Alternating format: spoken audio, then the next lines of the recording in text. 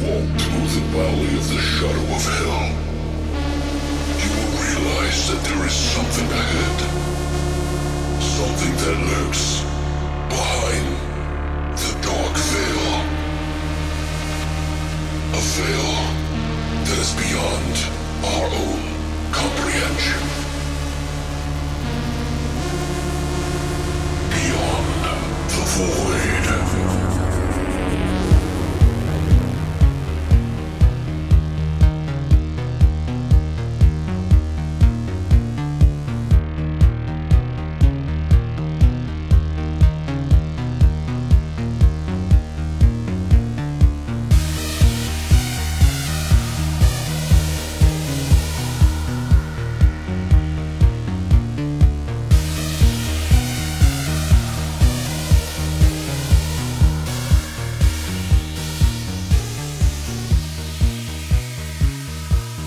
What's up, guys, and welcome back. It's Thursday, and it's Beyond the Void Horror Podcast. That's right. So we're here to announce our winner today. Woo! For the Big Box of Horror October Horror Box BTV VIP Club giveaway. So if you have entered into the contest by Wednesday yesterday, then you are entered in this contest, and we will be announcing that winner in just a little bit. Woo! Today, though, to let you know what we're going to be doing today, we're going to be talking about two movies that are behind the screen, or as we're calling this, Behind the Screams. So we're going to be talking about two movies today, Berberian Sound Studio, and we're going to be talking about the comedy giallo horror comedy, whatever, is called The Editor. So these are both kind of sort of giallos or giallos, some people call it, but it is pronounced giallo, I just found out recently, because I'm an idiot. Because you're American? I've always read it. I've never really heard anybody say it properly. I've never actually heard anybody say giallo, but that's how you say it. Right. But these two movies are pretty much like that. They're homages towards different types of Italian horror that have black glove murderers in it. Very different from one another, but we'll be talking about and breaking those down in just a minute. To go ahead and announce our BTV VIP Club member winner for this month's October Big Box giveaway. So out of the 40-some people that we had on the BTV VIP Club, we picked out 8 randomly, and we attached them to the Wheel of Horror. So we'll go ahead and play that little jingle real quick, and then we're going to go ahead and push the button now to see who the winner is right now.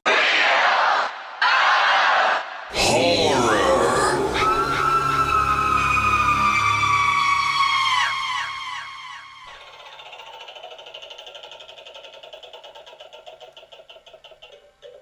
Your assumptions are wrong.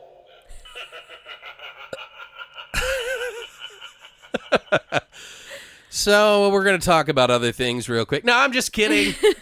So the winner of the BTV VIP Club Member Award for the Big Box giveaway is Roger Lindsay. That's Roger Lindsay. Woo! Woo! Yeah! Congratulations! Oh, You are the winner. yeah. Show us your tits or balls. First of all, I want to say thank you for everybody that participated and who was a part of the VIP club. We really appreciate you guys that are belonging to it. And because of that, because you're signing up, we're giving away this gift to you. And if you stay in the VIP club, if you put this, by the way, just to give you guys a heads up, if you put this email that you get from us in spam, it automatically removes you from the list. Right. So you can't be tricky about it. If you don't want to belong to it, no big deal. We don't have any problem with that. If you just want to listen and not get emails, that's cool too. We want to say thank you. Congratulations to you. We will be contacting you today via email. So be sure to check your email. I'll be writing you an email to get your address and everything, all the deets. And hopefully we can get in contact with you. Now, if for some reason we don't hear back from you by Wednesday of next week, then we're going to have to pick another winner. We spin the wheel again. And spin the wheel again. So, unfortunately, that's just the way we got to do it. We got to keep things rolling here. But, again, everybody that entered the contest, thank you so much for being a part of it. We really appreciate you guys listening. Even if you didn't win, you're still winners in our books, because seriously, thank you. And also, you're welcome, because there's some pretty cool shit in that box. Yeah, there's some things in there that I was like, I want that. But I was like, no, if I want it, they'll want it. So we'll just leave it in there. Exactly. So congratulations. Yeah. Show me your boobs. And we're going to go ahead and kick it off with our flesh and potatoes segment this week of Behind the Screams.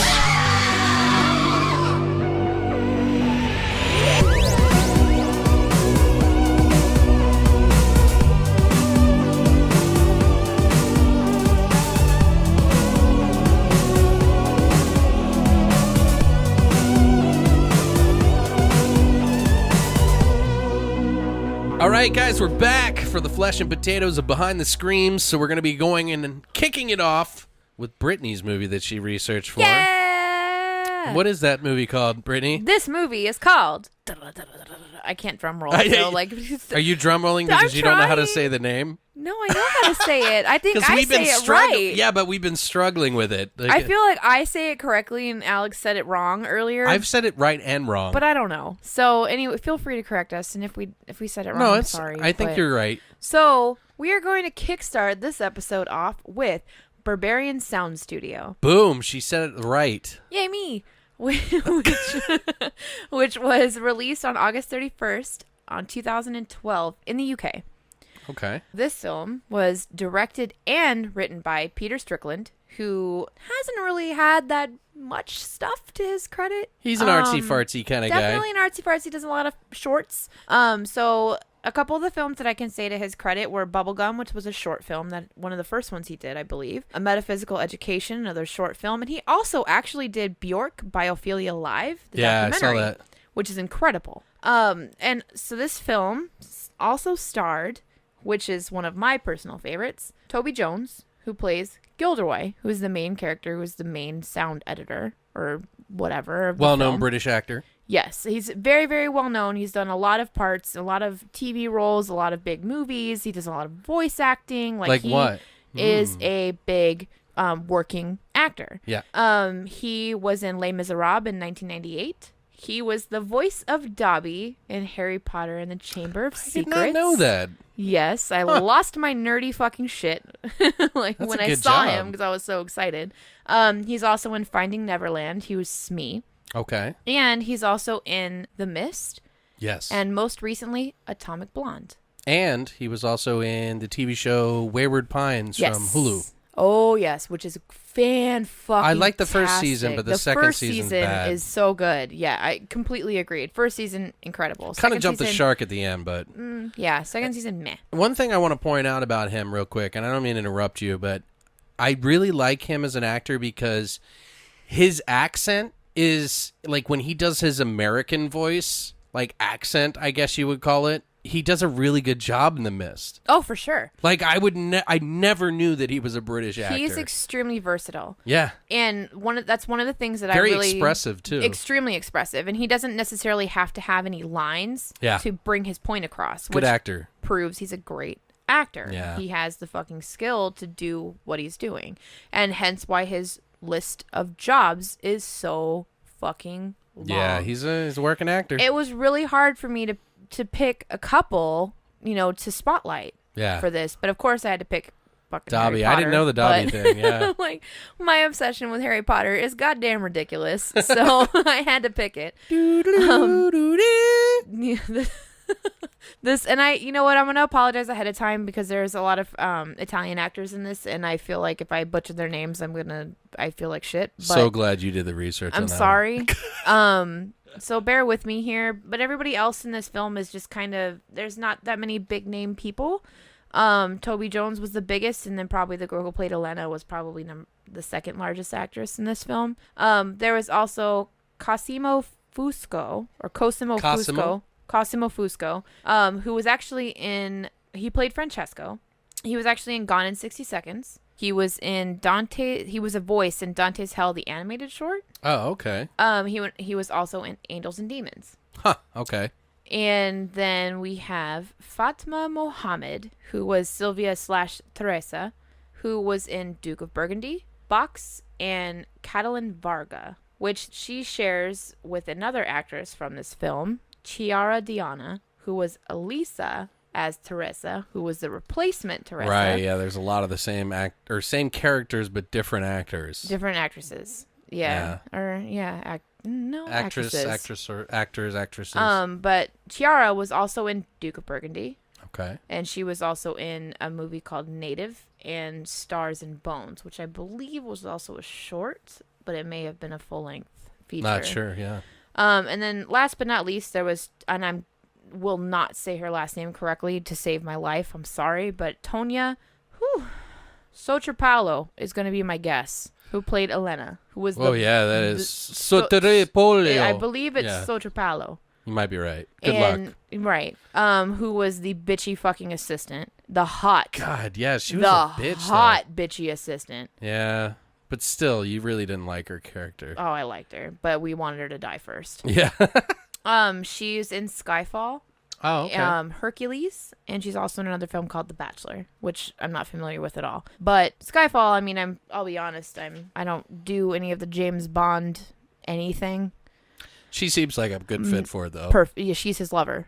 So it's excellent that she plays that because I feel like that's fitting for her. Right. So there's not really a whole lot of trivia or fun facts or really anything like that about this film. What about the story? What's the story about? Basically, a very, very brief summarization of Berberian Sound Studio is a sound engineer's work for an Italian horror studio becomes a terrifying case of life imitating art. Okay. So this is very much a... vague book? Right, but this is very much a thinker, Italian, artistic film. Yeah. And I will tell you, it is absolutely fucking gorgeous. Yeah. From start to completion. Beautiful. Like, I was so excited that this was one that you picked for us to watch because I was like, we were kind of struggling and trying to decide on what we're going to do for our October movies. And yeah. We had between these two that we're doing this week versus another two that were more recently released films. And we were like, fuck, what are we going to do? And Alex pitched these two to me and I just fell in love with the ideas.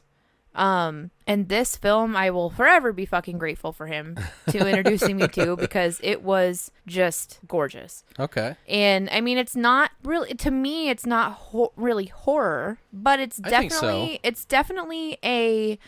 I don't know. It's a drama horror thriller. Yeah, it's definitely a psychological thriller. Mm-hmm.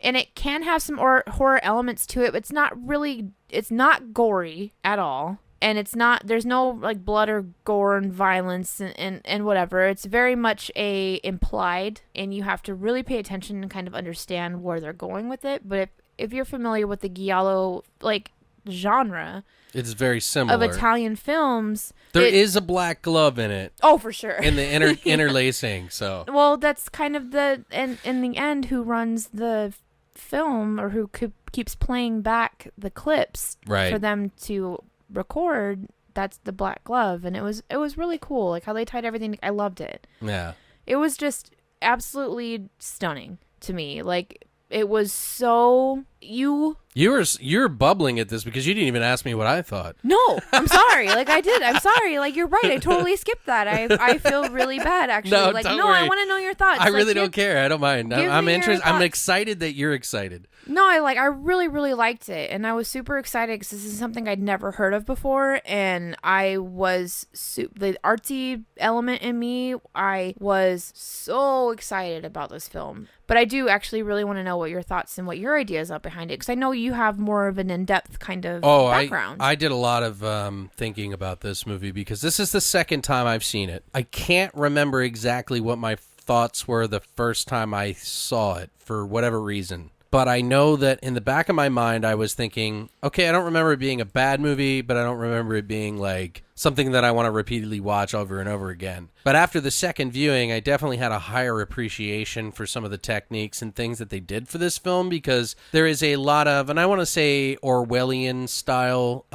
It is in a way, because everything that you're doing is there is a visual aesthetic to it, but it is essentially about a sound engineer. So what is going to be the most primary important part of it is your ears. So it feels like the story, like you said, is about a guy who works at a studio, a sound engineer studio for a horror thing. He gets hired by these Italian guys to come out, right? This is a guy who's worked on sound for other movies and other kids shows and things. More like nature. Yeah, like documentary, nothing yes. as dramatic and like scary and fucked up as this. So he's kind of a pure soul that hasn't been, introduced to this kind of world, and he doesn't like it. But the movie feels kind of like the horrific scenes that the engineer, this character, sees, that Toby plays, and he tries to mimic for the sound effects, are sort of seeping into him. And what I like about this is that there's a lot of symbolism in the sound work that they do in this. That's one of the most amazing things about this movie, is the sound, because like they have a lot of symbolism with the vegetables that he's using to make slashing noises.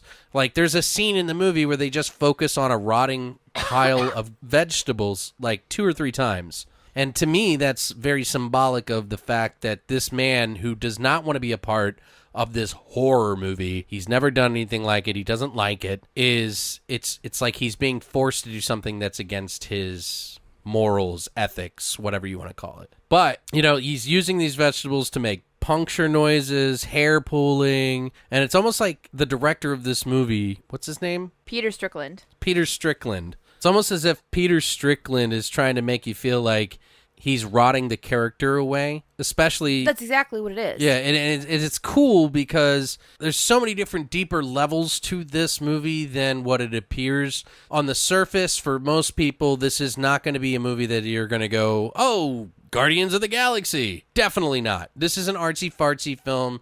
It's an IFC film, I believe. I'm pretty sure on that. But it's not a big film that you would go, oh, I can't wait to see this action-packed thing. It is like, hey, I want to go into this movie and feel some sort of vibe about it and try to get it. Now, that's going to be a good thing for some and a bad thing for a lot, I think. For a lot, right. Personally. Not a lot of people are going to come out really loving this movie. And it's one that is a big thinker. Right. It's a psychological thriller. It seeps into you like it seeps into the character. You follow and slowly begin to understand him as it goes on. Right. And you really start to feel and understand his character and his viewpoint as the movie progresses, which Right. I love because it takes you into his shoes. And that was the interesting thing about it to me, was that from the beginning, he's being pitched that this is not a horror movie. This is not this like smut horror movie that he's doing Even sound though it for. is. Even though it is. It absolutely is. Extreme gore, everything. Which he knows and he picks up on from the first interaction with the 2 men that are doing the sound elements on the stage that he's editing. Yeah, there's like the director and then there's the sound production There's guy. 2 guys that are out on the stage, on the sound stage, that are using these vegetables and shit to chop and these melons and like all this shit that are Talking making about this the Foley like, guys. And he has this moment in the beginning when he's first brought on, and he's talking to the director or whatever of the film as they're doing the sound recording for I think they're chopping up the melons. They're chopping up the watermelon. Yeah. He's chopping up the watermelon with this big fucking knife. And then the creepy fucking dude that's doing it comes up and hands him a piece of the watermelon. Right. And that's when he realizes that he just signed up for something he would have never signed up for. Right. But they're still trying to convince It's him almost otherwise. like, here's the ticket, do you want it? Exactly. But he has to do it because it's a job. He's Because it's flown a all job. this way. Yeah, he's come from the United States to... What's the... Gilderoy. Gilderoy, Yeah. right. Gilderoy... Not United States. I think He's from Britain. Like London. Yeah. Yeah, he's from London. He comes from London Heathrow, which is the airport there. I don't know. I'm pretty sure he lives in London, Probably but like a suburb. yeah, They have something. chickens I and know he shit. flies in from Heathrow But yeah, his character is kind of a pushover. Okay, this guy's really talented. He's really good at sound engineering. And this is during the 60s and 70s, guys. So we're talking about sound engineering at the earliest stage, where they started using sound effects and stuff like that, like they do, as well as they did. And he's just a master at it. And they hire him for a reason, but he's just really morally against a lot of what he's seeing on the screen, and it's terrifying him in a way. And it feels like it's kind of just like we said, it's rotting him from the inside. Meanwhile, everybody who's working on this movie in Italy, where this takes place, is like the most misogynistic, bully pieces of shit that you'll ever meet. And it's him kind of just swallowing his pride the entire movie, because he's kind of in a rock and a hard place where he just kind of has to do it. Right. Everybody is a piece of shit to him. Right. With the exception of the woman who plays, the first woman who plays Teresa, or Sylvia, which is her actual name. The one he bonds with. The one he bonds with. And he completely bonds with this character, and she's the main actress in the film. They bond right away. She's the only one that's nice to him out of anybody there. And I don't know, it was just, loved it so much. It was just incredible to really watch and feel that decline with his character. It was very much an embodiment of, it took you into him. Yeah, sure. The entire time. It's very uncomfortable because of what he's it's like he's tolerating everything. It's almost like you're telling him to not deal with it. Yeah, you're tell them to fuck themselves. Tell them to go fuck themselves, to fuck off. You don't need them. Fuck this. Go back home. What are you doing? However, you kind of understand as you watch when he goes home and he's on his own and he starts to do his own little experiments for sound to try and make what they want to do better. So he has these cues in a way that he knows that they're going to be filming this part next. And especially, which was something that I loved so much, was when he's home and he's cooking the soup, with the carrots stew and with the everything, carrots and the potatoes that he's making, and he has the microphone right up on the soup, and you hear the boiling of the water and the gurgling and all of that it's doing, and then it cuts to the next scene and they're recording that part where they're drowning a witch. You see his brain at work and how he's trying to make it sound more realistic. And you go back to what he was doing in his kitchen, the scene before that, to what they're filming with the cabbages in the water in the next scene. And you go, holy shit, how he's imagined this is so much better. It sounds more real. And it's really crazy because he doesn't want to be a part of this world. He doesn't want to do this, yet he's completely sucked into it.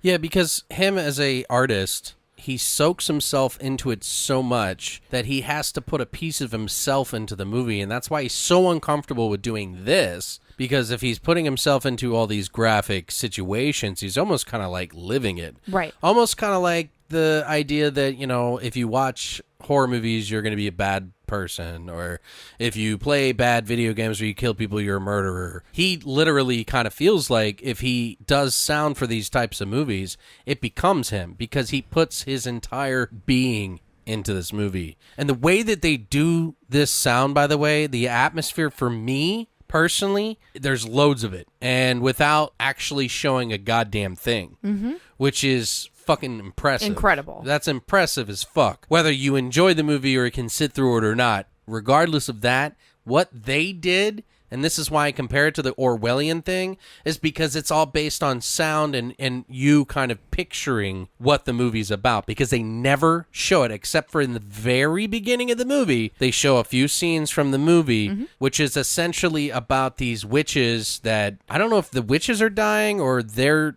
putting a curse on people. They're persecuting them. Right. And do you know what the name of the movie is, by the way? Oh, no, I missed that. It's The Equestrian Vortex. Yes, that's right, because he said he agreed because of something to do with equestrian. Yeah, so it's called The Equestrian Vortex. Yeah. Which he thinks is about horses. Which the fucking director explains in a really shitty roundabout way later. It was hilarious. He says, he goes, oh, I thought this was going to be about horses, equestrian horses. And he's like, well, it is. She was an equestrian horse trainer, but now she's not. She was riding a horse, and now she's not. And I'm like, what the fuck? Oh, my God. It was hilarious. But just so nonchalantly how he goes into that apart, and I'm like, holy fuck. Well, the filmmakers, the ones that are actually in charge, they're very bully, kind of misogynistic. They're awful. Filmmakers, and all the staff, the characters sort of kind of get worse and worse. It's like he kind of, out of formality, allows certain things to happen because it's just the right way to do it. Plus, it's their boss, so he kind of has to just like go with it. But slowly, it's like they're pushing this man more and more over the ledge. And the constant distrust, the isolation factor, the belittling that everybody does to him, all the characters treat him, except for that one girl who was the original Teresa. Sylvia. Was it Sylvia? Oh, yeah, that's right. Her name's Sylvia. But I feel like all of those factors play a big part in his unraveling. Absolutely. And his embrace of this horror and how he deals with it. So, like I said, it's a film about witches, supposedly, that they're working on. It's really kind of hard to figure out what they're doing, but you can tell, like, they even talk about, like, sticking a hot poker into a woman's vagina. It's like at a school. Well, the it's two like girls, a nod to Suspiria, in my in opinion. a way, Yeah. and then it's a lot of flashback. Right. So they come across oh my god, what is it? The chicken fucking, oh my god. I don't know what you mean. They talk about it twice. It's like a chicken hallway or whatever the fuck they say. In the movie that they're doing that they're doing in the movie, yeah. Oh, like, I have no idea. It's like this chicken fucking, I don't know. It's an underground fucking cavern. Like Oh, it's okay, for like a chickens cave to or come in something. and out or some shit. But then they're saying like they're unaware of the witches, corpses or whatever that are there. That's right. And they nod to that twice because when they end up replacing Teresa's character, they have to replay that entire thing, and they're trying to get her to scream right, and she won't scream right, and then it's this whole fucking extra nonsense. But it was really cool, and yeah, it's a lot of flashback sequences for the film that they're making. So they do talk about to torture the witch, he inserts a red hot poker into her vagina or whatever, and this guy's just like, what the fuck did I sign up for? Right. Like, Jesus. And it's so weird too because like the director who shows up every now and then, like he's fucking the Pope or some shit, you know what I mean? He like walks around like With making the people dog? kiss his ring. Yeah, the guy with the dog. Is that the director? That's I thought the he was director. like the financing guy. No, he's the director. I'm pretty director? sure. Yeah. Okay. It's just like he goes up to him and he's like, "This is not a horror film, sir." After he praises, so he's praising Toby's character Gilderoy like he's the best thing that's ever happened to sound engineering, and then all of a sudden he's like, "I've never done a horror film, and then he's like, "Excuse me, this is not a horror film, and you will never call it a horror film. This is an experience." And it was like, okay, whatever, like Jesus Christ. Calm down, buddy. Yeah, like you're freaking out a little bit, but it's just this weird tension that they put on this character the entire time. Yeah, it is really weird. It's not, like I said, it's not a graphic movie or anything. Not at all. Very weird, virtual, like third wall breaking sort of thing. Everything's very subtle. Like the whole concept essentially behind it is that fourth wall breaking, I meant. Yeah. Right. He tortures the actresses to create the sounds that horror they want, yeah. to create the actual horror that they want them to portray. Right. So that's the entire premise or concept behind all of it. Yeah. Yet you never really get that until they bring in the second Teresa. Like, you don't really understand that element of it until later on, but that's essentially what they're trying to do, is torture the actresses into portraying the actual horror that they want them to portray. Well, it's almost like the main character Gilderoy is slowly unraveling because he's allowing certain things to happen, things that he's against, and then it slowly starts to unravel him to the point where he just doesn't even want to be there anymore, and then he starts to like it. Like it starts to build to that point where he actually is kind of enjoying it and kind of liking the sadism of it. Yeah, you start to notice, like, he gets letters from his mom back home, like starting from the beginning. Yeah. And you start to notice the decline in the time he writes back, and that and love and genuine feeling in the like letters. he actually gives a fuck. No, it's from her, like, too. Like, he starts to pick up on the fact that now she's not writing. She always starts it with, like, Gilderoy, my love, or whatever. It's almost like a relationship, not his mother. Right. And then towards the end, it becomes very matter of fact and very straightforward, and it's negative, and it's not motherly, and it's not nurturing. Right. So that contributes to him starting to let go and go into this madness that he's starting to understand is what's happening for him, and that's what his future is at this point. It's like he's doomed to repeat something, and it was really incredible. I kind of feel like, and just to add one more point to it before we get into any trivia or favorite scenes, I feel like this is a story about a guy not willing to change and doing things that he would never do before, but feeling pressured into doing it and then becoming somebody else in a way, becoming what he is a part of. So kind of like what you are, what you eat, or you are what you work, something like that. Kind of what deep down he is. Right. That we're all a little sick, maybe. Right. I don't know. And I get that. It's just a really, really well done view on a man slowly losing touch with his own reality.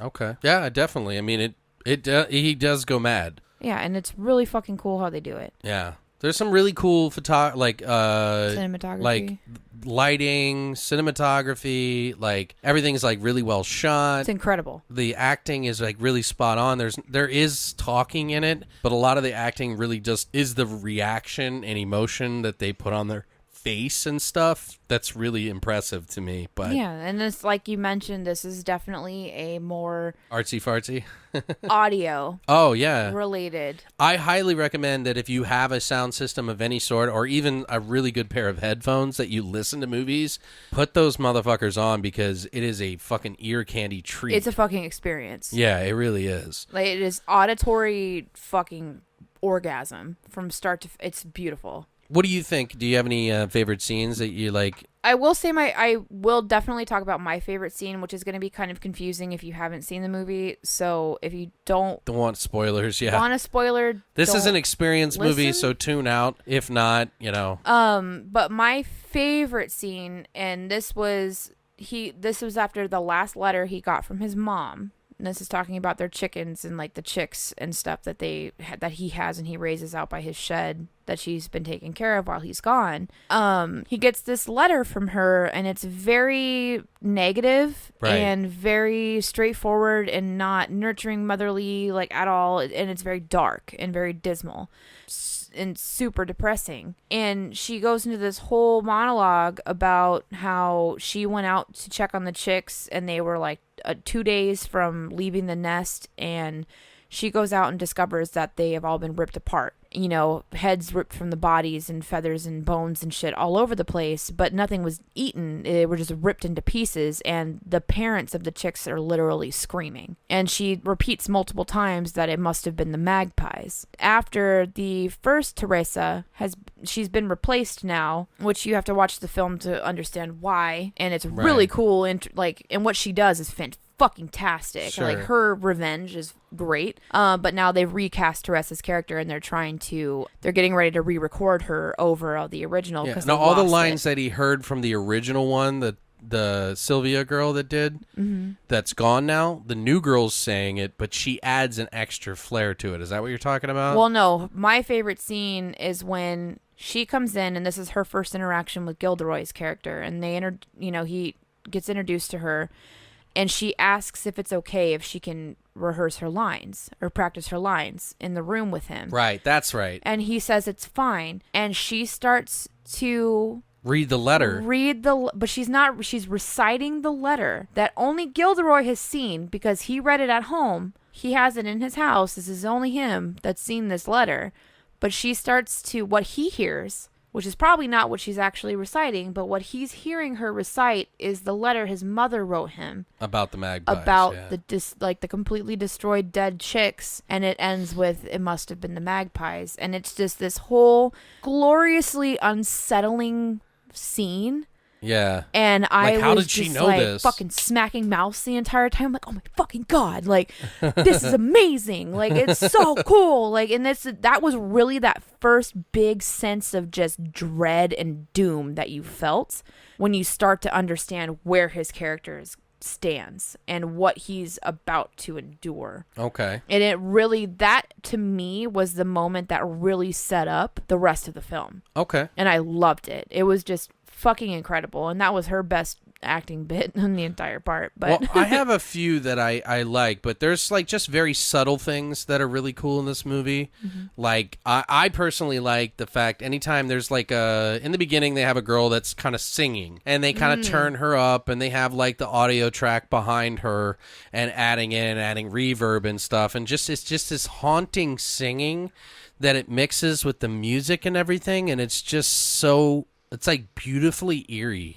oh, absolutely. And it's just amazing. That in particular, that is one of my favorite things in the whole movie, is just the sound of that in particular, hearing it. Teresa's song. Is it? I don't see. Yeah. I'm getting confused because I thought Teresa was the other girl, not the one that leaves.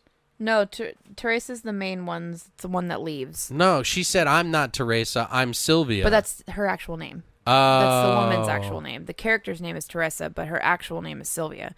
She doesn't want him to call her Teresa because it's the character's name. So it's like three it's not layers her of name. names. Like that's her not her name's Sylvia. Yeah, her character name in the movie is Teresa. But her real name in the movie is Sylvia. And her real name in real life, I can't even remember. Fatma or something like that. Fatima?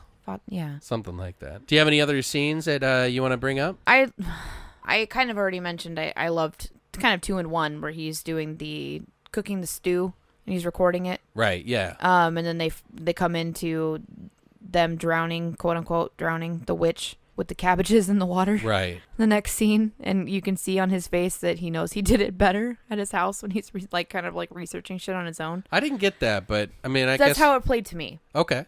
But he's constantly trying to better what they're doing and come up with better sounds or better ways to portray the sounds that they want to do. And that's what he's doing the entire time he's at home. Like, he's trying to work on better ways to do what they want to do, or better ways to make things sound different or sound better and sound I just more thought prolific. it was like a cauldron that he was trying to make a sound for, because that didn't sound like someone drowning. It kind of does. Like, if you The go back pot and doesn't watch sound it, but if you go back and you watch and you listen to but it's supposed to be like, there's a part 2 where she's supposed to be boiling, or her skin's supposed to be boiling. That's what I took it as. Yeah, but then there's, I don't know. I just thought of it as like when he goes back to his house, he's just working overtime because he's so passionate about it. He is. I didn't think of it as like him trying to outdo anybody. He's trying to find his own, like, he himself is finding better ways to do what they're doing.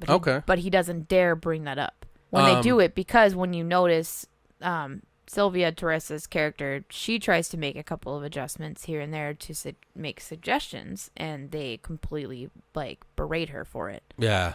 He takes notice of that shit because he's in there trying to adjust her mic and stuff like that, and he realizes, I can't make any of these suggestions for the sounds that I've perfected at home on my own, because they're berating this woman for making subtle suggestions for her actress. Is it the Sylvia character? chick? Yeah. Okay. Another scene that I liked of hers is right before she quits, or gets fired technically, because she's not doing the proper scream, which they berate her for and just make her feel like the biggest piece of shit on the planet. And she comes back and she kind of confesses to him that this is her last night, and she's like, I'm just here because I just need to scream. She's like, do you think you could record me? And then she gets in there and she finally does the scream that she was supposed to do. And it's this like gut-wrenching scream. But as she's screaming and they add the reverb and everything to her voice, the camera comes back and it's just her screaming into the mic for this like really long pullback shot on a dolly. But it's like everywhere around her is dark except for her booth. Mm-hmm. Which I don't know. It just seemed kind of like she was disappearing. There was like some symbology there. I thought that was just a cool it leads shot. into her leaving. Yeah, totally. But after she's done there, she lays on the ground for some reason, and he's like, "Can I help you? Is there anything I can do for you?" Because he knew that she was upset. Well, this is part of her release because she was assaulted by the director. Sexually, yeah. Yeah, so that's one of the biggest reasons why she actually leaves is because she's sexually assaulted by the director. Right. And then they're berating her because she's not doing the scream or whatever scene specifically like how they want to. So she's fucking fed up and she's done. And this was her release, is this moment where she's screaming the way that she should be screaming, but then she kind of falls to the floor and she's just spent. Okay. And that was her moment to let everything go. Yeah, they pushed her to the point of making her actually do it, but it was too late. Yeah. Right. She was tortured so much to the point of actually doing it that she finally did it. But then at this point, it's too far gone for her to give a fuck else about it. And then that's when she gets her revenge, and it's glorious. Do you have another scene that you like in this, or? I love. I have two more, and then. No, yeah, you didn't even really give one. Yeah, I did. When she pulls back on the camera and everything. That was beautiful, but give me another one. Well, there's a part where Gilderoy is sleeping and he hears the doorbell. And then something's kind of like shaking the door handle because he lives in a studio with like a kitchen and bathroom and all this stuff right next to the soundstage where they do all the like sound engineering and everything. And so he sees the handle violently shaking. He grabs a fucking butcher knife because he's scared. He's like, "Who's at the door?" And no one's answering him. And the door handle's just shaking, trying to break into his world almost, it seems like. And nothing's there. And suddenly the door swings open. And then he walks out trying to like figure out why this is happening. And suddenly a film starts playing of him in that specific scene that just happened of him. And he feels like he's now in the movie. And all of a sudden, it's like him watching himself. But now all of a sudden, he's speaking Italian, which he did not speak fluent Italian. But he's speaking Italian in there like he's been sound engineered in. So it's like really meta. Mm-hmm. And he's like kind of tripping out about this. And then all of a sudden, it's almost like he's like falling into the movie. Mm-hmm. Screen starts shaking. The film starts to melt on the screen that he's watching, almost signifying that now he's in another world. Like now he's a part of the film. It's almost like a transition. Right. So I thought that was really cool. It was cool. Yeah. The other one that I have... There's a scene where they had one of the new girls that's playing that the Sylvia girl took over for. They were trying to find a new Teresa, and I think it's the third Teresa, or no, it's the second one. And they start putting. He's like, "You need to go in there and fucking piss her off and make her angry till she screams." Tells her to torture her. Yeah, and he was pissed off. He's like, "How dare you make me do this?" And they're speaking Italian, fluent Italian at this time. So he's already halfway there. And the guy, his boss is like, "You need to go in there and do that." And he gets pissed. And he's like, "No." He's like, "This is an easier way." And he starts cranking her headphones and making her keep the headphones on.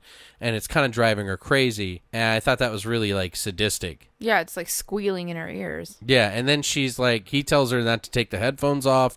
Well, his boss tells her. And then she's like, "Fuck you and your film, I'm done." So, I don't know. I just thought it's slowly he gets into doing this. Right. It's almost like he's being bred to be sadistic. Exactly, and that's... Because of the film he's working on. That moment in particular when she leaves and she quits is when you really notice on his face that he's now stuck. Right. In this almost alternate reality where he's doomed to repeat this over and over and over until they can get the right person to play that fucking role. So you might as well just give in. So they can do it. So you might as well just fucking be the fucking sadistic asshole that they want. Be like everyone else. Yeah, instead of fighting against it and going through hell. Right. Yeah. It was crazy. So what are your end thoughts on this whole movie? Beautiful fucking film. Absolutely just auditory fucking ear candy. Yeah. And eye candy. It's like stunning visually as well. Yeah. But just listening to it is incredible. Yeah. But everything plays so well together. And then when you really look into the psychological side of it and you really kind of nitpick it apart, it's incredible. Cool. Like it was one of my favorite films that I've ever watched really? By far, but that definitely much? One of my favorites that we've done. It's better than The Witch. Oh. I didn't hate The Witch, but Yeah. I didn't love it either. Yeah, I just think it's Black better. Phillip's the best part about The Witch. My final thoughts on this is that it's definitely not a movie for everyone. No. It is in the category of artsy-fartsy film for some. Some people might curse at it, saying that it's boring as fuck, and a lot of people will probably hate this film. It's very slow, not a huge payoff for probably most people who are expecting some sort of crazy shit to happen. But again, I still think it's better than The Witch. More of a physical kind of oral depiction of what goes on in the mind when a person gives into something that you're terrified of, almost like a physical representation of change. Right. That's what it feels like to me. Done with like a sort of a giallo supernatural vibe, blending into worlds from the 1960s and 70s. But like I said, this is my second time watching it, and I like the feel of it. I think it's a much better film than I remembered. So, but it's not going to be popular amongst the majority of viewers. So, if you're into slow burns, you can kind of get into the artsy-fartsy thing, then I'd give it a shot. If not, don't worry about it. It's awesome. I like it. Just suck it up and watch it. But we do have another film that we're going to talk about. We'll try to wrap this up a little bit earlier for you, but there is a lot of information on this one in particular. I did a lot of research on it. This next film is The Editor, and it came out in 2014. The film is about a film editor that gets sort of embroiled in a string of murders. His name is Ray Ciso, who was once one of the greatest editors for film ever. And we're talking like editor as in like cutting the film, like physically, not digitally. No, it's all physical. Yeah, it's a retro pastiche style movie paying homage to the late 70s and 80s.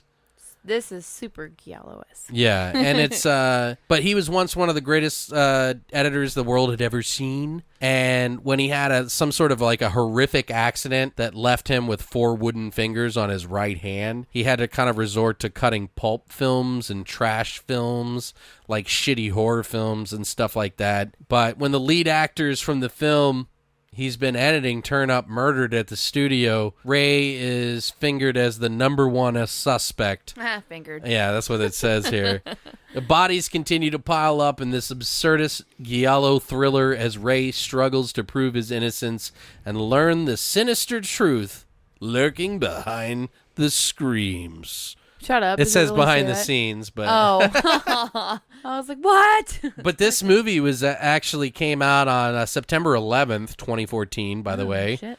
Kind of a weird date. This was at the Is Toronto. that U.S. release? No, it was just the Toronto International Film Festival. Then it hit Chicago International Film Fest on October 18th, 2014. And then it hit Blu-ray and DVD on September 8th, 2015. So it took a year for the general public to really see it. I watched it immediately and was pretty happy with it. Yeah. It is directed... Oh, they spent about $130,000 Canadian to make this movie, by the way, which is pretty low for what they did with it. Yeah, I agree. It's directed by 2 guys, Adam Brooks and Matthew Kennedy, who are also coincidentally the writers of the film and also star in the film. There's 3 writers, actually. Connor Sweeney, who also is an actor in this movie, was a writer on it. He plays Cal Konitz. He was in Manborg, Father's Day, ABCs of Death, the letter T segment. Adam Brooks, who is in this movie as well. He plays Ray Ciso, the editor. He was in Father's Day and all these other movies, the same as Connor Sweeney. Director-writer Matthew Kennedy. He plays Inspector Peter Porphy, who is in those other movies as well. Udo Kier is in this movie as Dr. Cassini. He was in the movies Blade, Masters of Horror, the cigarette burns episode that John Carpenter directed, which is awesome. Mm-hmm. He was in Flesh of Frankenstein, Blood of Dracula, Suspiria, a really young version of Udo Kier. He was also in Mother of Tears by Dario Argento too, and Oodles more. Udo's more. I like oodles. Paz de la Huerta, who plays Josefine, Josephine. She was in Nurse 3D. She was in that weird drug movie called Enter the Void. It was sort of metaphysical. Yeah. Boardwalk Empire, she plays in there. Oh, shit. She was in the movie Choke, excuse me. Oh, yeah. David Arquette's directorial debut called The Tripper, where Ronald Reagan goes around and kills people. Also, Lawrence R. Harvey, who was also in... He plays Father Clark in this one, but he was a.k.a. The Wizard. The Wizard! He was in Father's Day, Human Centipede 2 and 3, My Bloody Banjo, Frankenstein Created Bikers, and a lot more, too. But I always remember him from Human Centipede 2, which was greasy as fuck. Yeah. Yes. Sorry. Samantha Hill's in this movie as Bella. Fear Itself, the TV series she was in, which is on Netflix, and a movie called Bad Meat. Tristan Risk, who she plays Veronica. She was in American Mary. Yes! Sorry. Harvest Lake and Frankenstein Created Bikers. Stephen Kostansky was in this movie doing the special effects, practical makeup effects, who, if you don't know who he is one of the directors and writers of The Void, which just came out this year to the public as well. And, not to mention his other director co-partner, Jeremy Gillespie, was in this movie as well because he did some of the music in this movie. There was a lot of famous synthwave musicians that were in this movie, and I think even Jeremy Gillespie did some synthwavy sort of horror scores as well. Plus, Claudio Simonetti did an original track for this movie, who is known for Goblin. But yeah, he did a real original track in this, so pretty cool. What are your thoughts on this? Is hilarious. Yeah, you thought it was funny? I did. I thought it was absolutely fucking hilarious. It was just super fucking... Oh, man. Like, it's definitely not a serious film. No, but it's hard to kind of determine that off the bat. I didn't know what to think. Like, it's still kind of like, wait, are they fucking with you, or are they serious here? And it's... I enjoyed myself thoroughly watching this. I wasn't bored at any point. I love the throws of naked people all over the fucking place the entire time. Like, I felt like every scene there's a naked person in the background.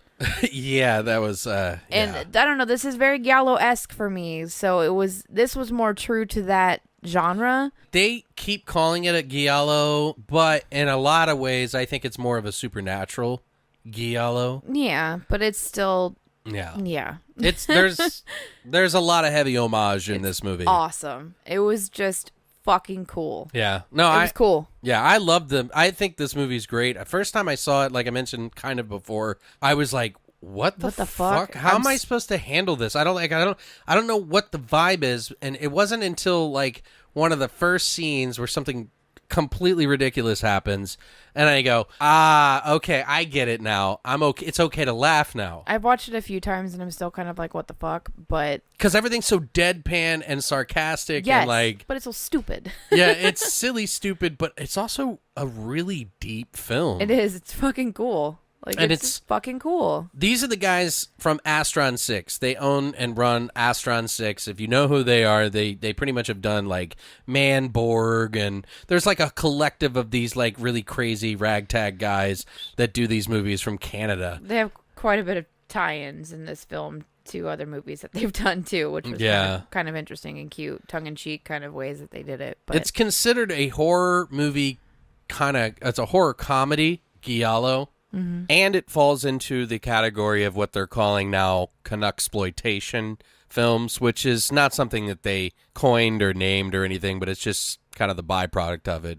But it pays so much homage to like Lucio Fulci. Big time. It's like a huge boner for fucking Italian film in general, but in particular, I think Lucio Fulci gets a lot of fucking love in this one. Yes.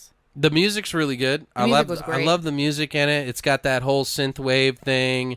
They got bands like Carpenter Brut, who did like 3 or 4 songs in there. Like I said, Jeremy Gillespie did it. They had another band called Repeated Viewing that did it. And like I said, Claudio Simonetti did that original track, which is really great, by the way. But yeah, pretty much... It's one of those movies that you kind of go, what the fuck? And then it like surprises you because it's got some actual depth to it that you're like, God damn, this is kind of deep. Unlike like Evil Dead. And super creative too. Like they do Yeah. a lot of cool camera tricks and stuff in it. Yeah, it was awesome. Like they even mention that the movie is based around the Roman times where editors were considered like the bridge to the netherworld, which is kind of like a key piece to it. Yeah, in a way it is. Right. Like almost like I feel like, and this is just my thought on it, that this is a homage to The Wizard of Oz done in a giallo Italian horror movie style. Huh. And I'll make points on why I think that, Yeah. but I didn't realize it until I started thinking about Father Clark, The Wizard. the wizard, right? And they're talking about the bridge to the netherworld. Holy shit. You know what I mean? Like there's so many fucking things, and I'll explain more because I literally just thought of this. Give me a second. That's what I'm talking about. Like My this mind- movie is way more deep than it should ever have been. It's incredibly deep.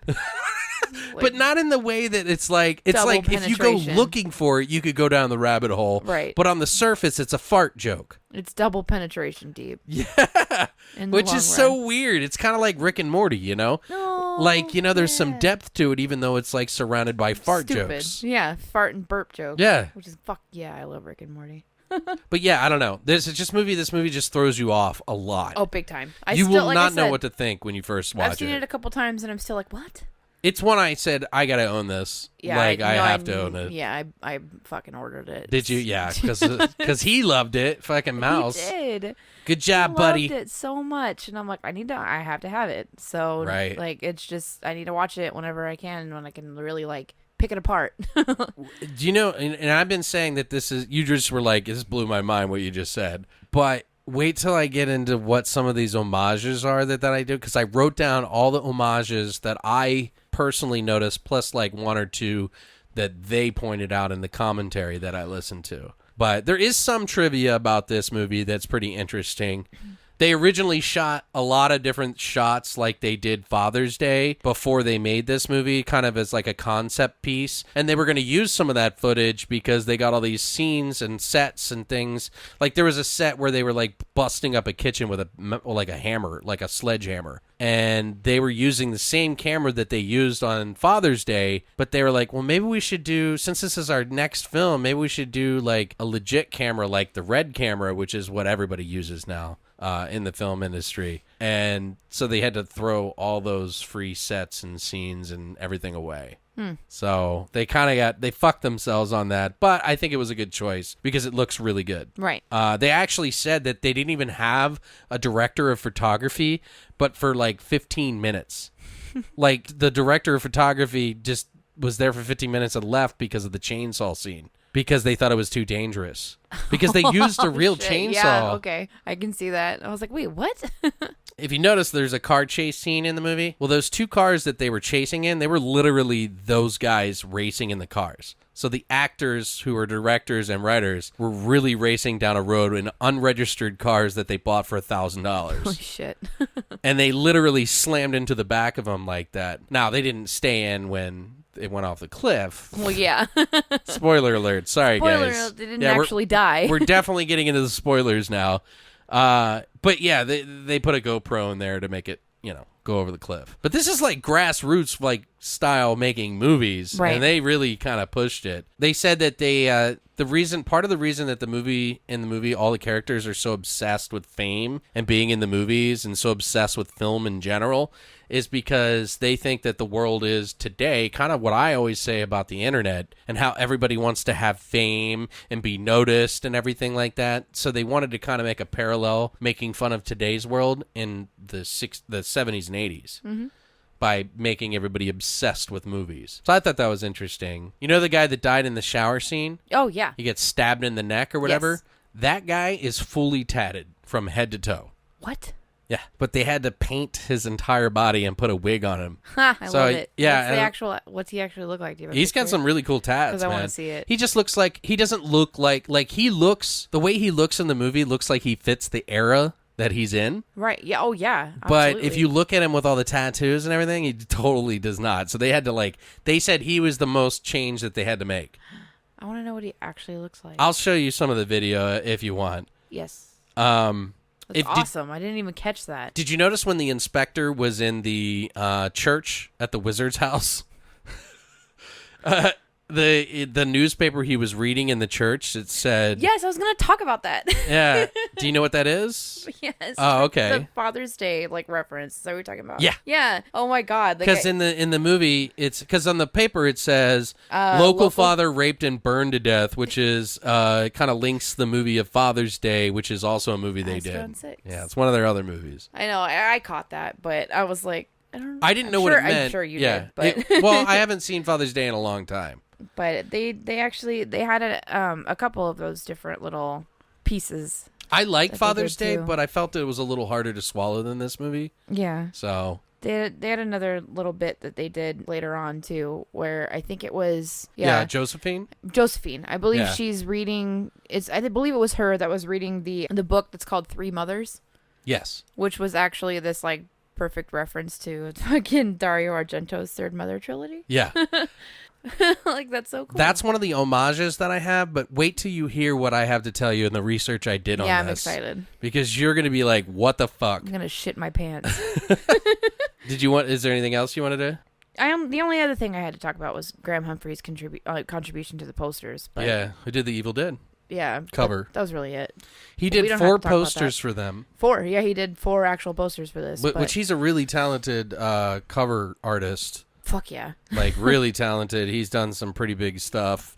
So they wanted to have. He did Nightmare on Elm Street, Evil Dead, but he designed personally four posters. 4 posters. Yeah. But I want to hear your fucking mind blowing thing. I don't need to know. Well, I'll get to that. No, I need to know it. It will. No. But there's some homages that I want to point out in this movie. Alright.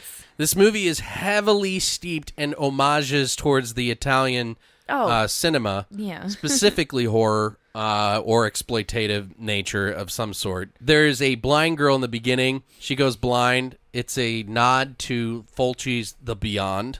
Plus, she gets a seeing eye dog later, which is a nod to that same movie, because the blind girl, Emily, in The Beyond, has a dog with her. It's like a seeing eye dog, and it's the exact breed. Yeah, and I think that's actually the actress's dog Maybe. that they had. I believe that's her actual pet. That's crazy. But they even admitted it in the commentary that was definitely a nod. The whole love dance scene where the girls are doing the choreographed dance scene. Yes. That's an homage. It has a Roller Mobster is the name of the song by Carpenter Brut. But it is a nod to the movie Murder Rock, which is another Italian film by Fulci as well. There's a scene where Cesso sees eyes in the room of the bedroom while he's sleeping next to his wife, Josephine. That was so tits. Yeah, that's an homage to Suspiria. Yes. Although the eyes didn't glow as much. But they still had the white. But yeah. it was definitely an homage to the Suspiria movie. Yeah, which was awesome. In my opinion, I didn't hear them say it because they were talking about weird shit throughout the No, commentary. that's how I took it too. So The sex scene where the inspector's breaking the wine bottle and the glass falls on the blind girl on her chest naked. It's an homage to the movie called The Blade of the Ripper, aka Strange Vice of Mrs. Ward with an H on the end. Wardh, which is The Blade of the Ripper. right. It's like a 70s movie. There was a scene where the inspector is breaking down the door with an axe, and his wife is being held to the door on the other side, and her head's being held to the door, and he is axing on the other side of the door. Well, this is an homage to... No. No. Nope. What? Nope. It is The whole time to it's me not it The was The Shining, Shining. but I mean, I guess you could compare it to that, but they were doing a scene from House by the Cemetery where this little kid is being pushed against the door by this zombie, and they're trying to break down the door, and they're hitting the axe on the other side, and it's the zombies pushing the kid's head. Oh shit. So they didn't say that, but again, that's just something Alright. I noticed. Anything axe and door, I go The Shining. Right. But But again, this is a total jerk off for Italian movies. oh, you're right. Yeah. So, there's spiders there's the inspectors in the library reading something or whatever, and then spiders start showing up everywhere. That's a total rip from The Beyond. in the movie. They do spiders attack this guy and bite his face and lip and tongue and shit in the Beyond. Another scene that's another homage, and listen how many of those fucking homages there are. There's a scene with the beta tape where he tries to stop the film, and he pulls the tape out and he looks at it and it breathes and he drops it on the ground. Total nod right there to Videodrome. Yeah. And then the screen, the guy's talking to him in a way, which is another thing that from Videodrome as well. There was a slight one where they have the fingers crawling across the ground. For whatever reason, that just reminded me of Phantasm, the original movie, because they have the finger that's crawling across the ground. There is one last scene. Well, there's two more that I got. There's one where the dog finds a hand of, when the inspector takes the dog to the water, and he's like walking around, and the dog comes back with the hand. Now, I can't remember which movie it is, but it's either Zombie Part 2. Well, it's called Zombie 2, but Zombie, the Flesh Eaters. But it could also be The Beyond or The New York Ripper, but I know it's definitely a Fulci film. I just can't remember. There's a body part that the dog gets. And I can't, it could be even City of the Living Dead. Shit, I don't fucking know. Then the one that you were talking about, which is the Three Mothers book. Now, I did just out of curiosity because I wanted to refresh myself because I knew about the Three Mothers thing because we did Dario Argento's Three Mothers trilogy, which is Suspiria, Inferno, and Mother of Tears. Now, here's the part that gets pretty interesting, okay? Now, the title is Three Mothers, but it says by Lilith Samael is the name, and I have the picture here. I took a picture of it because I was curious. So I was like, wait a second, Lilith Samael, that sounds really familiar. How do I know this? So I started looking it up, just typed in both those things, and then I started kind of bumping into some stuff, which made a lot of sense. And I was like, okay, they did not talk about this in the commentary either. I just was like, so curious. So the idea of Three Mothers comes from another book as well, by the way, that Dario Argento kind of borrowed it from. The writer Thomas D. Quincy, he did a small piece, and he's kind of ripped it from that. The author of the book in this movie, like I said, is Lilith Samael, which is essentially the story of the rape of Eve, as in Adam and Eve. Okay, now get this.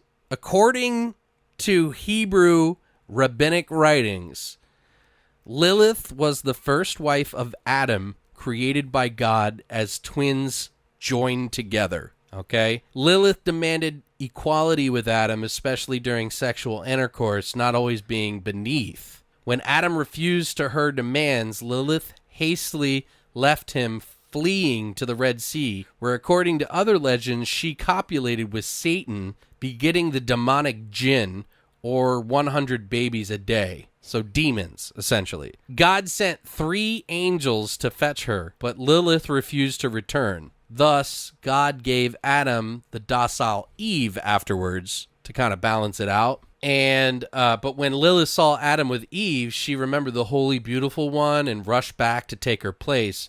Only it was too late. God had locked her out by he locked her out of that area of the cherubim.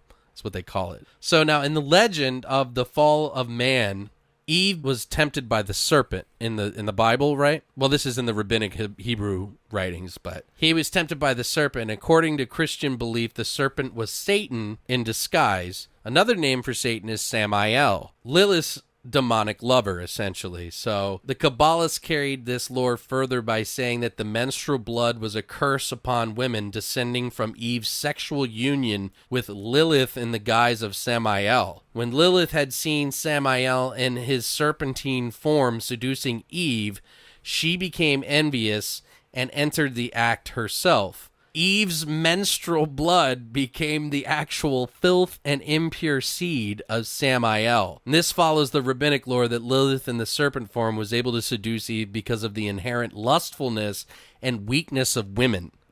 In turn, Eve seduced Adam during her menses. Once Adam defiled himself through this forbidden act, Lilith became strong and was able to come to him against his will to steal his seed to engender many demons, spirits, and Lilin is what they call the babies. So demons. I don't know. I just thought it was crazy. Yeah. But they didn't even fucking mention this in the commentary. Are you following me? Totally following you.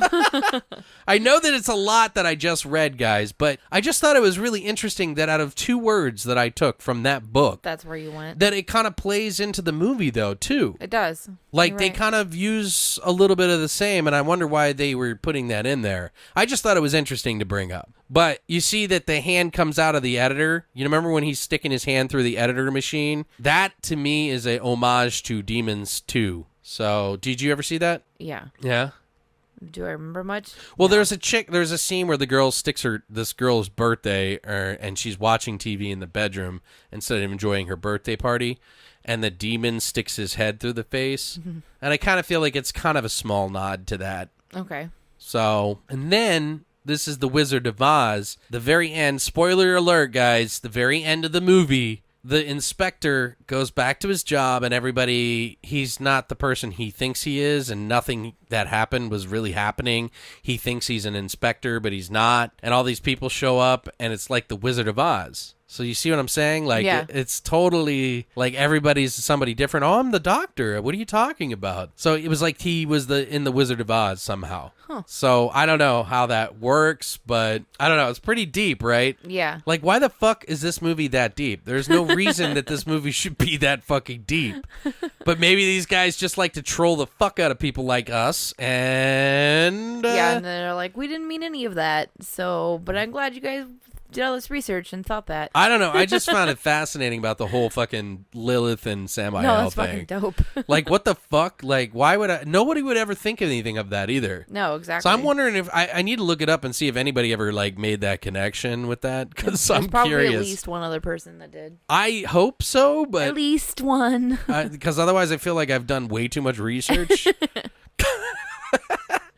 Or maybe I feel special. But do you have any favorite scenes in this movie in particular that stand out for you? And don't say no. No, I do. Okay, I was like, what the fuck? No, I had no favorite scene at all. They all sucked. Oh my god. Oh, when his I didn't really like this scene actually. He's kind of okay, so the editor's character is kind of stuck in the projection, I guess, this alternate reality that he's in. Right.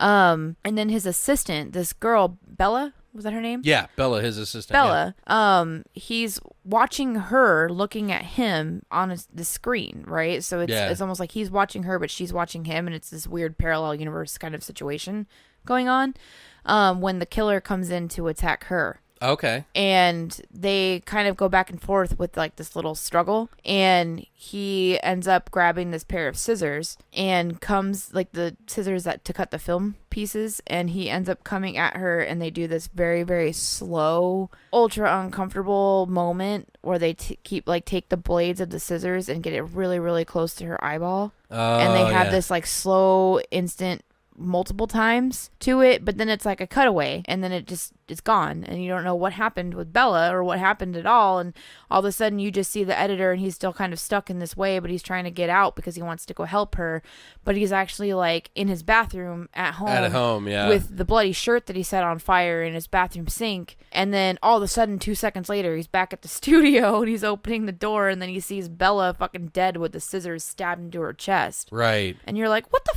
fuck just happened? And he's freaking out because he doesn't know who killed her. Yeah, but he keeps getting blamed. Like, everybody thinks that he's the killer because they keep chopping off the 4 fingers. Right, to make it look like he's mad at people for having 4 fingers. For him losing his 4 fingers. Right, because essentially what happens in the movie, by the way, guys, he loses 4 fingers when he's working so hard. He's not paying attention, and he's cutting the film. We kind of had a mental break. Yeah, he was like going through a lot of stress, and he cut off his 4 fingers, and it's pretty ridiculous. This is before this film. This yeah, was before the last it's film, what? when his wife was still acting. Yeah, when he was famous. Yeah. Right. Yeah. It was interesting. There's like quite a few different scenes that I like in this movie. The first one that really let me know, and I mentioned it briefly earlier, there was a scene when they were shooting this film, this trash film, and he rips off this girl's face. Oh, fuck. I forgot about that part. Yeah, that was the scene Sorry, I loved that scene. Yeah, like he goes, like one of the actors rips off the other girl's face. He's like, "This is a mask," and it rips off, and you just see this skeleton with flesh. $1,000 says this is a mask. Yeah, and then her face is like, she's like screaming, and her whole face is gone, and then he's just like, "We'll just put that back on." It's just eyeballs and teeth. Yeah, and he just pushes it on her face, and then she's like back to normal. Oh, it was fucking hilarious. I was like, "What the fuck?" I can't believe I forgot about that. Well, I didn't technically forget about it, but I knew that you really liked that one. But that was the one that let me know that the movie was like, okay, I get it. I can now. laugh at this. Yeah, now I get what the film's trying to do. It's not serious. Yeah, it's not serious. I loved it. I liked the part too with like the Italian guy is he Italian? What? But the guy that you said's covered from head to toe in tattoos. Yeah. That replaces the main actor that gets killed. And it's him and then the blonde guy that's like the secondary actor, and they go to take the shower. Cal. He plays the character Cal. Cal, yeah. The blonde guy. They go to take a shower. And they're both just like butt ass fucking naked, and then he comes to talk to him, and then what does he say? Like, "That's a real nice penis you got there." Hey, you got a real nice penis there, Fabio, or Oh whatever. my fucking god! I was just like, and then they just like pan down on the camera, and you're just like, first of all, for me as a lady, I'm just like, there's so much tits and fucking pussy in this film. Oh, there's a lot of dick in it too. There's not enough dick. There never is enough dick, but I was more super dick stoked. than most. I I'll was say super that. Stoked because I'm like, yes, wiener, like awesome, and then. That's just it, though. Like this, like super uncomfortable moment between the But they two make of it so them. normal. But they make it so normal, and then Like, he hey, goes, I like your shirt. Yes, exactly. Yeah. Like, or do you like ketchup? Like, I don't know. It's so fucking weird. But it was hilarious. I don't know. I laughed so fucking hard. There were so many points in this movie where I just fucking laughed. Well, they kind of make fun of the era too, because it's like a lot of the movies from the Italian movies are kind of misogynistic. Big time. But it's kind of the time and that it was, and Yeah. it's also a different culture a little bit in a way. Not saying that like Italians are misogynistic, but it's just a lot of those movies from the 80s, it's a different world than today. Right. Yeah, you know what I mean? Like the women are helpless and stupid Oh, and and they slap naked. women like a million fucking times. Right. There was a scene, I was going to mention that, when Ciso is at dinner. The restaurant. Yeah, and the inspector comes up, slaps his wife because she's back talking to Ciso, and because she's basically making fun of him, and he's like, "You need to keep your woman in line. I did it for you this time because I feel sorry for you." She agrees. And she's like, "He's right. Yeah. Yeah, what am I going to do, slap myself?" I was like, what the fuck? That shit was so like, what the fuck is going on right now? I was just, what? And then the same with this fucking sex scene. God, those are great. Between the inspector and his fucking now blind wife. Right. Jesus. Actually, they do a flashback scene to one of the cowl guy's girlfriend, too. Yeah, that whole sex scene was... So the inspector has this weird sex fetish. Go ahead. Yeah, so he, like, with the cow's girlfriend or whatever, where he, like, chases her in the woods in the rain. Yeah. And she, like, falls down and he, like, rips her fucking dress open and then just rubs dirt all over his face. And he's like, whoa. Yeah, he's, like, crazy. What the fuck? And then later in the film, he goes to fuck his blind wife. But he breaks this fucking, like, wine bottle. That's and the then, one, yeah. And then it's just, like, this, like, jizz stream of glass that, like, falls all over her chest. And I'm like, what in the fuck is going on? Well, and then the best thing is that he looks over, he grabs a cake and just chucks it on her chest Their and face. anniversary cake. I laughed so fucking hard. Yeah, and then he's like looking at the dog. Yeah. At first, he's like looking at the dog, and then he can't get off. So what does he look at next? He's like looking at... Isn't it the picture of Cal on the fucking dressing? Yeah, he's On the looking at dresser? Cal on the dresser, and then she looks in the mirror at herself. So they're like all having this weird fetish thing. Yeah, it's super fucking... Like, there's multiple scenes where it's like the inspector and Cal making out. And that's how he finishes. Right. Because he imagines that it's Cal as his wife instead of him. And Or then instead of Cal's her. having sex with his girlfriend. And pictures the inspector. Inspector, yeah. So And it's I'm like just this weird... What the fuck? Yeah, I don't know. It was fucking insanely crazy. But and then my final favorite scene, which I loved the tension that led up to it, was when his blind wife gets captured in the kitchen by the killer, the quote-unquote killer. and he closes the door, and then the inspector's brilliant fucking idea is to go and grab this fucking like hatchet, or actually it's an axe. It's a full-on axe from out in his shed, and he starts to hack the fucking door down.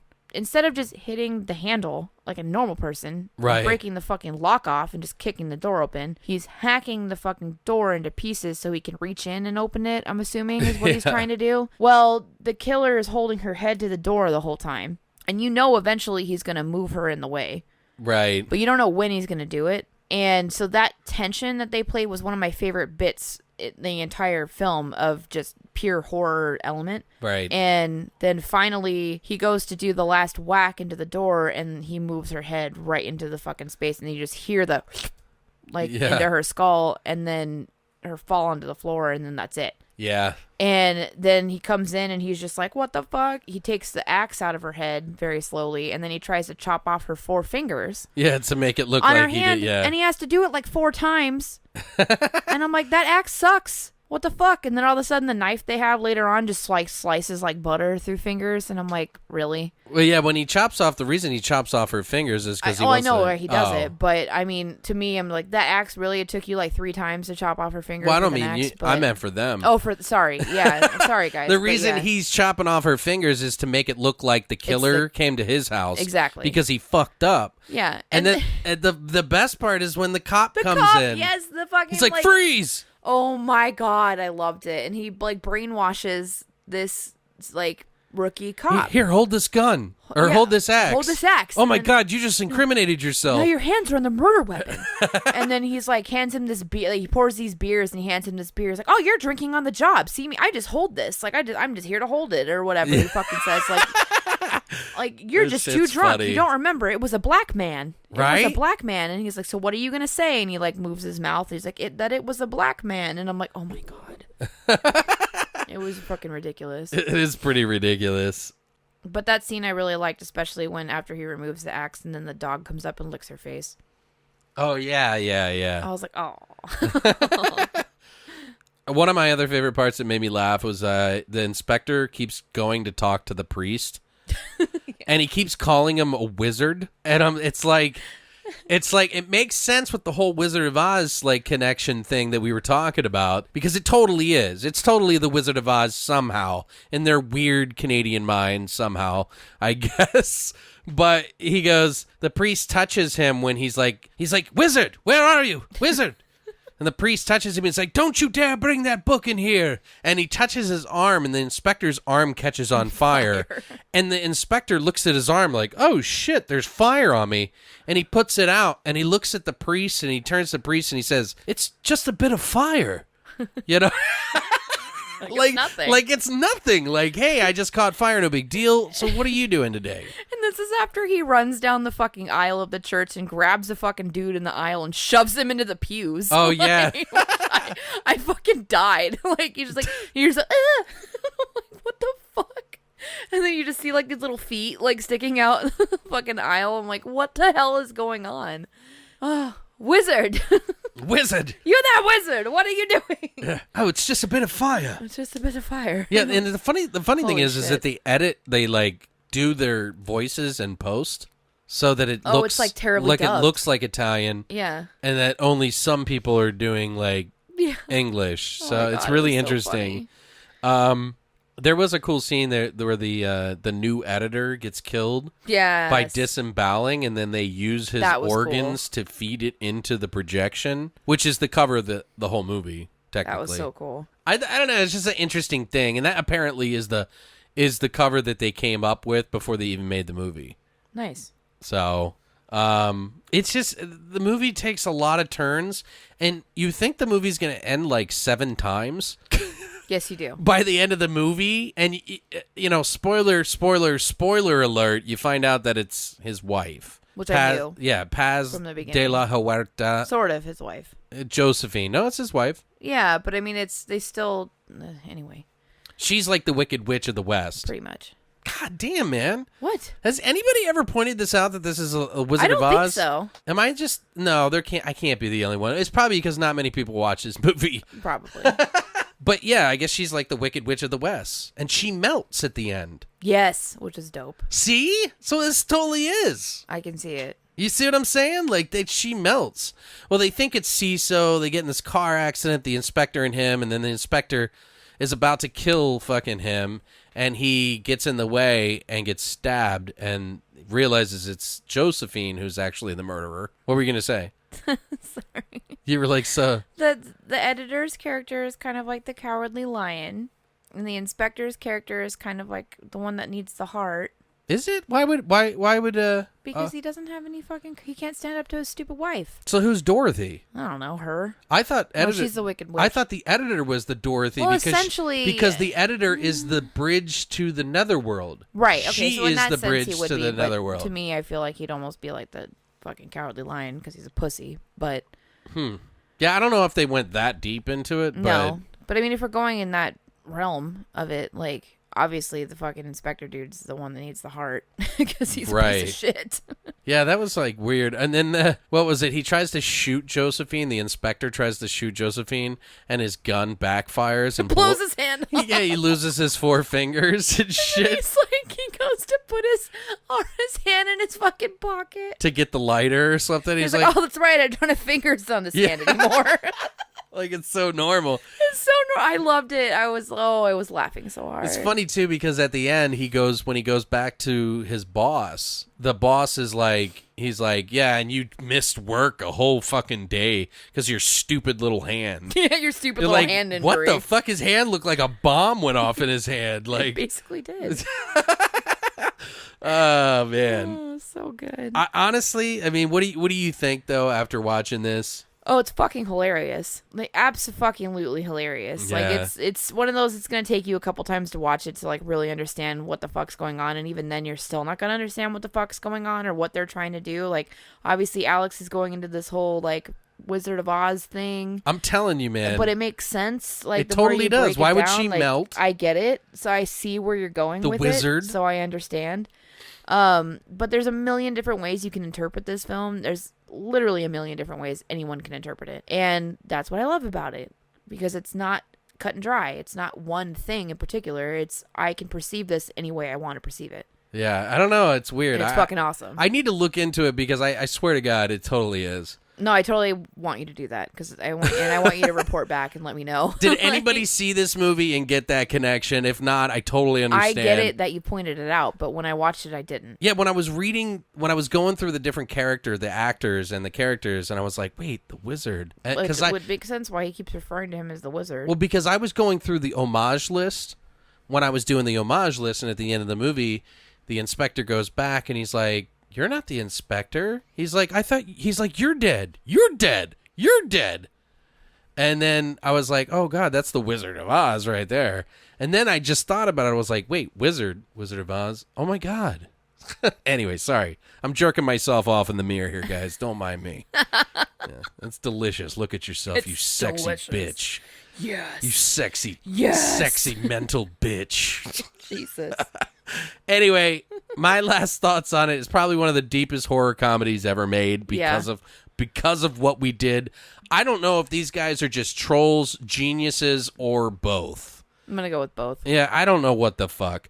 But it's silly as fuck, but it's fun as fuck because it has a lot more depth to it than any other comedy I've ever seen, which makes it a great watch in my opinion. It's a kind of a popcorn and pizza and beer flick in a way. Yeah. But if you actually pay attention, there's some depth to it. So it's like you can kind of win either way. Like you could watch this on the surface and enjoy it, but after watching it a couple of times, there's so many fucking tidbits in this movie for any fan of horror or Absolutely. just shit. So I don't know. Like I said, it can be perceived and interpreted a million different ways. It's up to the viewer to see where they want to go with it. Yeah. I'm curious to see what our listeners think. Yeah, what do you guys think? And where they went with it. First of all, guys, let us know what you think of these movies. If you've seen them, did you like them? Which one of these two movies do you like more? Do you like Berberian Sound Studio or The Editor more, if you had to pick the two? What about you, Brittany? Oh, Jesus. You know what? I know what you're going to pick. Do you, though? But it's two different categories. Like I No, was it saying, absolutely is. But I had you more... can't compare the editor to the Berberian They are Sound two- System. it's or really hard. Sound Studio. It's really hard, actually, to do this comparison. But honestly... Rewatchability. Rewatchability... I'm going with the editor. Yeah. Like, I mean... to be honest, it's fun. God damn it. Berberian. I can't say shit. Berberian. Berberian Sound Studio. Berberian. But if we're going by like pure rewatchability, fun factor, like entertainment factor, obviously the editor, hands down. However, I still and will forever have a big ass fucking lady boner for Berberian Sound Studio because it is just incredible. Yeah. In its own way. They really are not comparable films, but in a way we made them comparable. I don't know. But they're both complete mindfuck movies. Like, Yeah. you can go any direction with either of these and be like, and create your own fucking, you can choose your own adventure. It is weird because they are very similar in the absolutely. in the, like the tone of the story. It's kind of based off the same genre in a way, and I mean, it's like I said, they're both choose your own adventure movies. Yeah, they are some deep movies, actually. Yeah, they're incredible. Strangely deep, even though they're strangely completely deep for the editor. Well, no, I mean the Berberian Berberian Sound too. Studio is pretty fucking deep as well. Yeah, but it's definitely more artsy. Yeah. It's got like one of those like what is life about kind of things. And, Yeah, what's like, the meaning of life? let me describe how me feeling sad about this situation could be just put into like an hour and a half movie. It's very Italian art. Yeah, totally. But yeah, guys, that's it for our show today of Behind the screams. I can't scream. It's best you get. So I hope you enjoyed that, guys. I know it went a little bit long today, but that's okay. These things happen. We get pretty passionate about movies, and I'm sure you guys do too. So we hope you enjoyed today. Thank you guys for entering into the BTV VIP Club. Just keep in mind, if you didn't win, no big deal. If you've entered and you aren't part of the VIP Club, you're entered for the next time we do one. We're going to continuously do these through there unless we do like a quick little fun little horror shot thing or something like that. But, We'll have lots more contests and shit, guys. Don't worry about it. And congratulations again to Roger Lindsay. Thanks so much for participating. I think you're a new person too, so welcome aboard. Congratulations, winner. Yes, congrats. Yeah. Thank you so much for entering. But we'll be back on Monday with a brand new episode for you. Stay tuned, guys. Stay weird, monsters.